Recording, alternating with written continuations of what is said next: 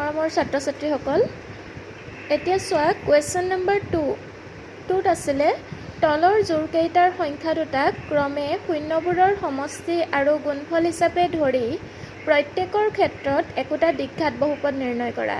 ইয়াত মই তোমালোকৰ কাৰণে ৰোমান 3 টো কৰিবলৈ লৈছোঁ।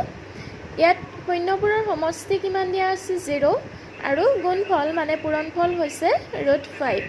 এতিয়া আমি লিখিম দিয়া আছে alpha plus beta 0 alpha into beta √5। এতেকে বহুপদটো হ'ব আমি ফৰ্মুলা মতে যদি বহাবলৈ যাওঁ তেতিয়া হ'ব x square minus alpha plus beta into x plus alpha beta. এইটো হৈছে ফৰ্মুলা। এতিয়া আমি তাত বহাই দিম x square minus alpha plus beta আমাৰ কিমান দিছিলে 0, গতিকে আমি 0 বহাই দিম প্লাছ আলফা বিটা দিছিলে √5, গতিকে আমাৰ কি হৈ যাব বহুপদটো x স্কয়াৰ প্লাছ √5। এটা এটা পদ্ধতি, এটা হৈছে ফৰ্মুলা পদ্ধতি। আৰু এটা পদ্ধতি আছে কেনেকৈ হ'ব সেইটো দিয়া আছে আলফা প্লাছ বিটা মানে আমি জানো -b/a। 0 দিয়া আছিলে 0টো আমি 0/1 লিখিব পাৰোঁ। তেতিয়াহ'লে b ইকুৱেল টু কি হ'ব ইয়াত কম্পেয়াৰ কৰি চোৱা b ইকুৱেল টু কি হ'ব 0, a ইকুৱেল টু কি হ'ব 1। তেনেকৈ আলফা ইনটু বিটা দিয়া আছিলে √5 ইকুৱেল টু c/a হয়।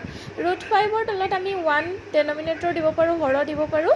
তেতিয়াহ'লে আমি যদি কম্পেয়াৰ কৰোঁ c ইকুৱেল টু কি হ'ব √5, a ইকুৱেল টু 1। এতিয়া আমি কি পালোঁ a ইকুৱেল টু 1, ওপৰতো পালোঁ a equal to 1, b equal to 0 পালোঁ, c ইকুৱেল টু √5 পালোঁ।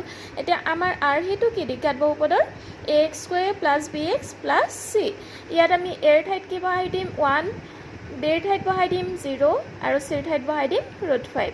তেতিয়া আমাৰ হৈ যাব কি সমীকৰণ বহুপদটো x স্কয়াৰ প্লাছ √5। তেনেদৰে কুৱেশ্যন ৰোমান 5 টো কৰিছোঁ। শূন্য দুটাৰ সমষ্টি দিয়া আছিলে -1/4 আৰু পূৰণফল দিয়া আছিলে 1/4। Alpha plus beta -1/4 alpha into beta 1/4। তেতিয়াহ'লে বহুপদটো হ'ব কি x square minus alpha plus beta into x লিখোঁ, গতিকে -1/4 ইনটু x প্লাছ 1/4। এতিয়া মাইনাছে মাইনাছে ইয়াত কি হৈ গ'ল প্লাছ হৈ গ'ল, মানে x square plus 1/4x plus 1/4 equal to আমি 0 ধৰি ল'ম। এতিয়া 4 যদি ইয়াত ইনটু কৰি দিওঁ কি হৈ যাব, এফালেও আমি 4 ইনটু কৰিব লাগিব। x square plus 1/4x plus 1/4। এতিয়া 4x স্কয়াৰ, এইটো 4 কেঞ্চেল যাব, কি থাকিব x থাকিব, 4 কেঞ্চেল যাব 1 থাকিব ইকুৱেল টু 0। গতিকে বহুপদটো হ'ব কি 4x square plus x plus 1। মই ইটো পদ্ধতিটো কৰি দিছোঁ, তোমালোকে যিটো পদ্ধতি সহজ পোৱা সেইটো পদ্ধতিতে কৰিবা। আলফা প্লাছ বিটা দিয়া আছিলে -b/a ইকুৱেল টু হ'ব -1/4। তেতিয়াহ'লে b ইকুৱেল টু আমি কি হ'ব 1, কম্পেয়াৰ কৰা b equal to -b equal to -1 মানে b ইকুৱেল টু কি হ'ব 1, a ইকুৱেল টু হ'ব 4। আলফা ইনটু বিটা দিয়া আছিলে c/a ইকুৱেল টু 1/4, গতিকে c equal to 1, a equal to 4। গতিকে আমাৰ ax square plus bx plus c আমাৰ কিমান হ'ব 4x square plus 1x plus 1। এইটো আমি লিখিব পাৰোঁ 4x square plus x plus 1।